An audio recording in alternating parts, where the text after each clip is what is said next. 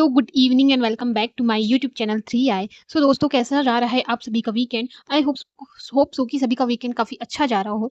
And अब हम आज बात करने वाले हैं एक इम्पॉर्टेंट अपडेट्स के बारे में। अपडेट तो नहीं कहना चाहिए, एक एनालिसिस के बारे में हम यहाँ पे आज बात करने वाले हैं, जो है मार्केट क्रैश।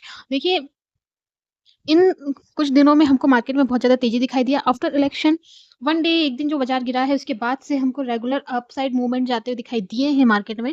बट उसके बाद से ओवरऑल जो है वो कंसोलिडेट रहा, बढ़ा है मार्केट, पर बहुत ज़्यादा नेगेटिव न्यूज़ेस हमको आते हुए दिखाई नहीं दी। मतलब मार्केट में कोई डाउनफॉल्स नहीं दिखाई दिया। लास्ट ट्रेडिंग डे की बात की जाए तो उस दिन हमको फर्स्टली मार्केट में थोड़ा-सा डाउन जाते हुए दिखाई दिया है। मतलब सभी सेंसेक्स, मतलब आपने यदि कल का मेरा वीडियो देखा होगा तो मैंने आपको बताया था कि आज की डेट में, मतलब कल की डेट में मार्केट ओवरऑल रेड ज़ोन में, मतलब सभी इंडेक्सेस हमको रेड ज़ोन में जाते हुए दिखाई दिए थे कल के। सो इसका क्या पर्पज़ हो सकता है? क्या कारण हो सकता है इसका? देखिए, वैसे तो मार्केट में बहुत ज़्यादा ऐसी कोई न्यूज़ नहीं आई है जिसके कारण हमको गिरावट देखने मिले। बट एक चीज़ है कि ऑल टाइम अपसाइड, मतलब सारी चीज़ें जो है ना अपने हायर हाई पे जो है वो ब्रीच करते हुए दिखाई दे रही है। जैसे निफ्टी हमको 23,000, मतलब 23,600 के लेवल को क्रॉस करते हुए दिखाई दिया है। एंड उसके बाद में बैंक निफ्टी का आप यदि मूवमेंट देखेंगे तो 50,000 के ऊपर अभी बैंक निफ्टी हमको रन करते हुए दिखाई दे रहा है। एंड उसके बाद बात की जाए mid cap Nifty, daily basis पे 1000 पॉइंट तक के हमको उसपे प्लस मूवमेंट्स दिखाई दे रहे हैं डेली के बेसिस पे। उसका मतलब ये है कि जो मार्केट है वो बहुत ज़्यादा अपसाइड मूवमेंट हमको करते हुए दिखाई दे रहा है मार्केट में। इसका ये है कि देखिए, जब कोई चीज़ अपने हायर हाई पे जाके ब्रेक करती है ना, तो आज नहीं तो कल उसमें एक हमको ब्रेक बनते हुए दिखाई देगा और ये डन है। आज नहीं तो कल, इन अ वीक या फिर इन अ 10 डेज़ हमको एक बहुत बड़ा क्रैश हमको यहाँ पे दिखाई दे सकता है। सारे स्टॉक्स जो हैं वो हमको बहुत अपर ज़ोन में रन करते हुए दिखाई दे रहे हैं। कुछ एक स्टॉक्स में हमको डाउनफॉल्स दिखाई देते हैं, एंड जो डाउनफॉल दिखाई देते हैं उसमें बहुत ज़्यादा नेगेटिविटी नहीं आती है। नॉर्मल अपने नॉर्म्स में दिखाई देते हैं। एंड यदि प्लस साइड मूवमेंट पे देखा जाए तो 20% तक के हमको अप मूवमेंट जाते हुए दिखाई दिए हैं मार्केट में। देखिए, एक ये बहुत अच्छा मूवमेंट मतलब कहना चाहिए। फिलहाल जो हमको पॉज़िटिविटी दिखाई दे रही है, ये कुछ दिनों में हमको अगेन थोड़ा-सा डाउनफॉल्स दिखाई दे सकता है। इसका मैंने आपको रीज़न बताया, सभी चीज़ों का ओवर वेटेज होना। किसी भी चीज़ का ओवर वेट जब हो जाता है, तो उस पे नेगेटिविटी आना, मतलब उस पे डाउनफॉल्स आना बहुत स्वाभाविक-सी बात है। ये मार्केट का एक बहुत बड़ा रूल है कि आज नहीं तो कल उस पे डाउनफॉल्स हमको दिखाई देगा। तो यहाँ पे तैयार रहिए। इसका मतलब ये नहीं है कि आपको अपनी पोज़ीशन एग्ज़िट करनी है या फिर कुछ भी। देखिए, ये शेयर मार्केट का रूल है कि जब वो अपसाइड जाता है तो थोड़ा डाउन भी आता है, बट ओवरऑल जो है वो हमको ग्रीन ज़ोन में बनते हुए दिखाई देता है। इतना ज़्यादा नेगेटिविटी दिखाई नहीं देती है। यदि आप एक पक्के प्लेयर हैं शेयर मार्केट में तो यहाँ बने रहिए।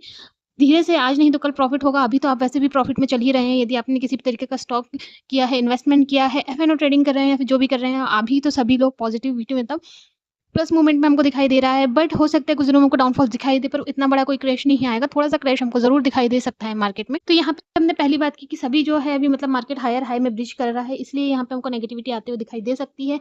एंड अब सेकंड बात करेंगे इलेक्शंस के बारे में। आने वाले 6 महीने में हमको स्टेट गवर्नमेंट में इलेक्शन होते हुए दिखाई देंगे।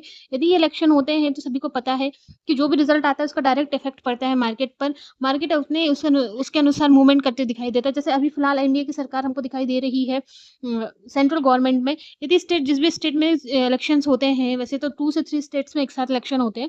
जिस भी स्टेट में इलेक्शन होते हैं, यदि उस स्टेट्स में इलेक्शन होने के चलते प्लस मूवमेंट, मतलब जो मेजॉरिटी वाली सरकार बनती है, इसका मतलब ये है जो सेंट्रल गवर्नमेंट में जो भी सरकार बनी हुई है वही स्टेट गवर्नमेंट में बनती है।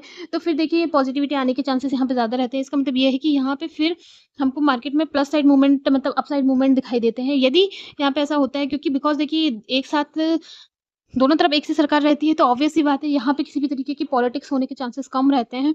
एंड जो भी नीतियाँ, मतलब जो भी पॉलिसीज़ ये गवर्नमेंट बनाती हैं, उनका जो है अप्लाई होने के चांसेस ईज़िली हो जाते हैं। उसपे किसी भी तरीके की रोक-टोक होना पॉसिबल नहीं होता है। इस चक्कर में किसी भी चीज़ में सभी सेक्टर में हमको फ़ायदा होते हुए दिखाई देता है। और यदि देखिए दोनों तरफ सरकार अलग-अलग रहती है, तो उसमें यहाँ पे थोड़ा-सा, मतलब नेगेटिविटी हमको दिखाई देती है।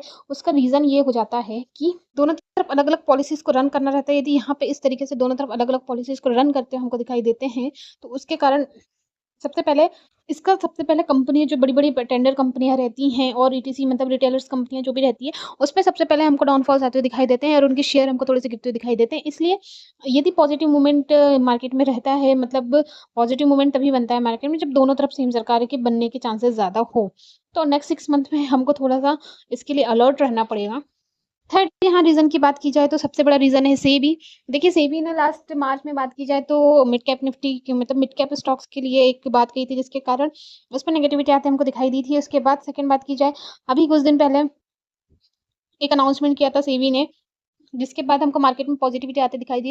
एंड थर्ड अभी जो अनाउंसमेंट हमको आते हुए दिखाई दे रही है वो एफएनओ ट्रेडिंग से रिलेटेड है, जिसमें कहा जा रहा है कि अब एफएनओ में चार्जेस जो है बढ़ाए जाएँगे। यदि इसके चार्जेस बढ़ाए जाते हैं एफएनओ के, तो ऑब्वियस सी बात है हमको यहाँ पे रिटेलर्स कम होते हुए दिखाई देंगे। यदि बहुत ज़्यादा एक्स्ट्रा चार्जेस हो जाते हैं तो रिटेलर्स हमको कम होते हुए दिखाई देंगे, और रिटेलर्स कम होते हुए दिखाई देंगे तो ऑब्वियस सी बात है कि फिर हमको अगेन मार्केट में एक डाउनफॉल्स दिखाई दे सकता है। मुझे ये ज़्यादा पक्का मूवमेंट मतलब वो लग रहा है कि यहाँ पे हमको डाउनफॉल्स देखने मिल सकता है। रिटेलर्स यदि अचानक से बाहर होते हैं मार्केट से तो ऑब्वियस सी बात है इसका फ़र्क ओवरऑल मार्केट को पे पड़ते हुए हमको दिखाई देगा। तो देखिए टैक्सेस यदि बढ़ाते हैं एफएनओ में तो रिटेलर्स आउट होंगे एंड इसका नेगेटिविटी हमको दिखाई देगी मार्केट में। एंड एक और बात करते हैं हम यहाँ पर किसके बारे में, कंपनीज़ के आने वाले क्वार्टर के रिज़ल्ट के बारे में। देखिए क्वार्टर फर्स्ट के रिज़ल्ट अब आएँगे कुछ मंथ्स में।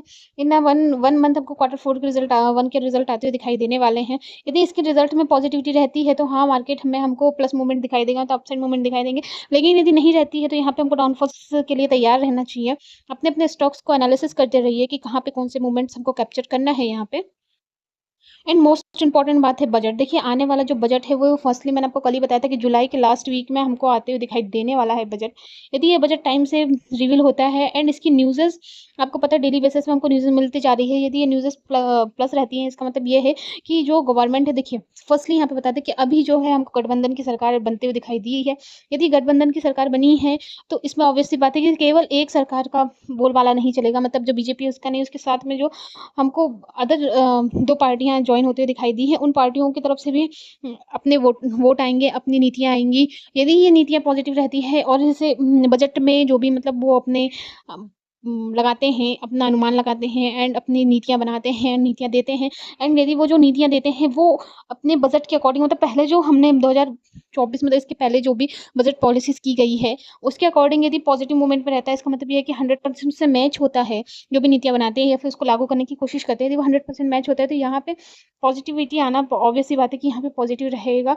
एंड यदि यहाँ पे कुछ ऐसे डिसीज़न्स लिए जाते हैं बजट को लेकर के, जो पहले से तो लागू नहीं हैं, बट अब उनको लागू करना है और उसका इफ़ेक्ट मार्केट में थोड़ा-सा हमको नेगेटिव जाते हुए दिखाई दे सकता है। तो ऐसे ही यदि हमको बजट में कुछ भी चेंजेस बनते हुए दिखाई देते हैं, तो ऑब्वियस सी बात है कि फिर थोड़ा-सा नेगेटिविटी हमको यहाँ पे दिखाई देने वाली है अगेन। और ऑब्वियस सी बात है देखिए बजट के टाइम का माहौल में फिर से मैं बता रही हूँ कि यहाँ पे जब बजट आने का रहेगा वोलेटिलिटी यहाँ पे बढ़ते हुए हमको नज़र आने वाली है।